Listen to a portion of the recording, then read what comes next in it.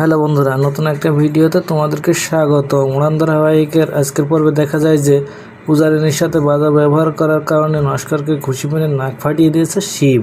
আর তারপর কিছুক্ষণ পর সেখানে মহারাজ আসলে মহারাজও রেগে গিয়ে নস্করকে মেরে অজ্ঞান করে দেয়। তারপর সেখানে পুলিশ আসলে নস্করের লোক শিবকে দেখিয়ে দিয়ে বলে, এই ছেলেটা আমাদের গুরুকে মেরেছে, ওকে আপনারা অ্যারেস্ট করুন।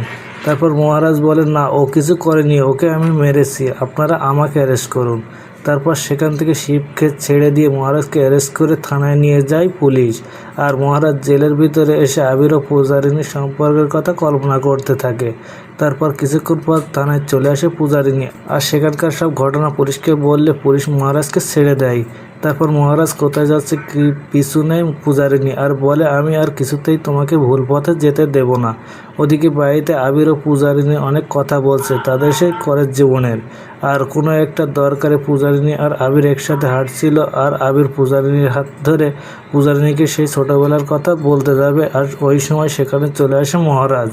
তাহলে কি এবার পূজারিনী ও আবিরের ভাবমূর্তি দেখে পূজারিনীকে ভুল বুঝবে মহারাজ?